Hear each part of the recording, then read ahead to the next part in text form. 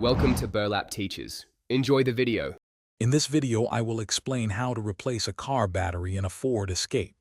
First, gather your essential tools, including a 10mm wrench, a battery terminal brush, and safety gloves.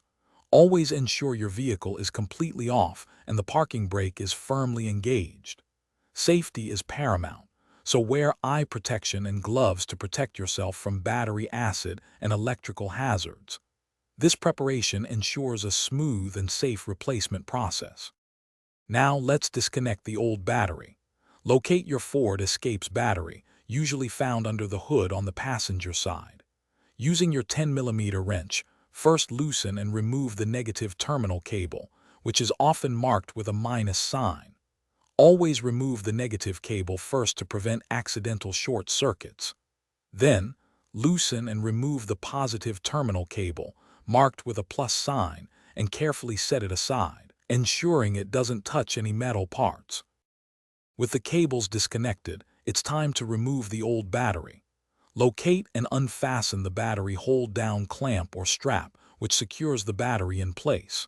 These are often found at the base of the battery. Carefully lift the old battery out of its tray. Remember, car batteries can weigh between 30 and 50 pounds. Now, gently place your new battery into the tray, making sure it sits securely and is properly oriented for connection. Finally, let's connect the new battery and perform some final checks. First, connect the positive terminal cable to the new battery's positive post and tighten it firmly with your wrench.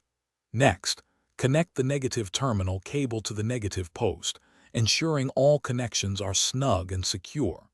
Reattach the battery hold-down clamp to keep the battery stable. Start your Ford Escape to confirm everything is working correctly, and enjoy your fresh battery. Thanks for watching. Consider subscribing if this video helped you.